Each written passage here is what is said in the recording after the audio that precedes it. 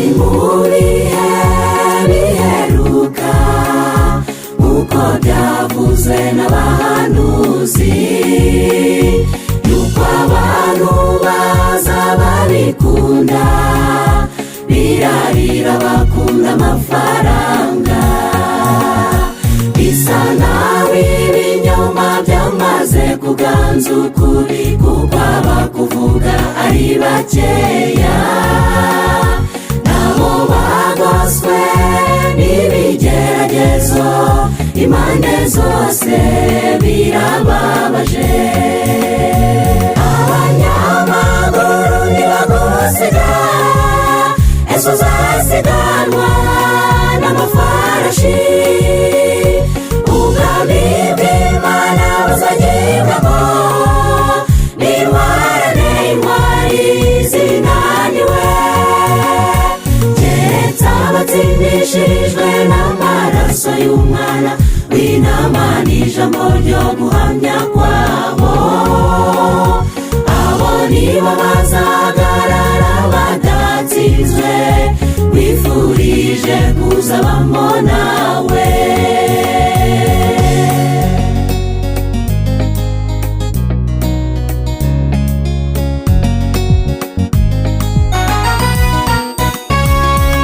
Ibyaduka benshi bita amajyambere, bifatanye n'irangira ry'imbabazi, ababwiwe imiburo kenshi bakayikereza, vuba imbabazi zizarangira.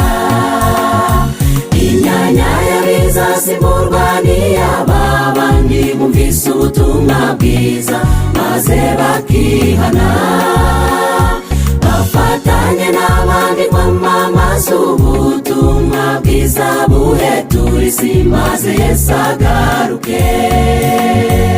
Abanyamaguru ntibagusiga, ese uzasiganwa n'amafarashi, ubwami bw'Imana buzagibwamo n'intwarane, intwari zinaniwe, keretse abatsindishirijwe n'amaraso y'umwana w'intama n'ijambo ryo guhamya kwabo.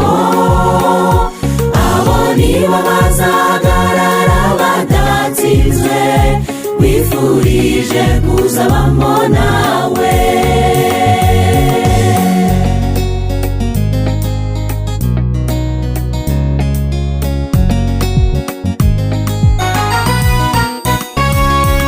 Ubwoko bw'Imana, ishyanga Imana yaronse ngo wamamaze ishimwe ry'iyaguhamagaye, wacungujwe amaraso y'igiciro cyinshi, have wikwiyambura ko gaciro wahawe.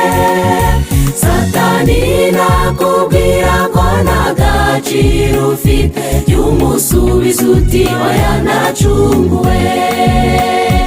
Ahubwo igisigaye genda ubwira abandi iby'iyo nkuru nziza, nabo baze bakizwe, kuko ntibigitinze vuba Yesu araje agororere buri wese ibikwiriye.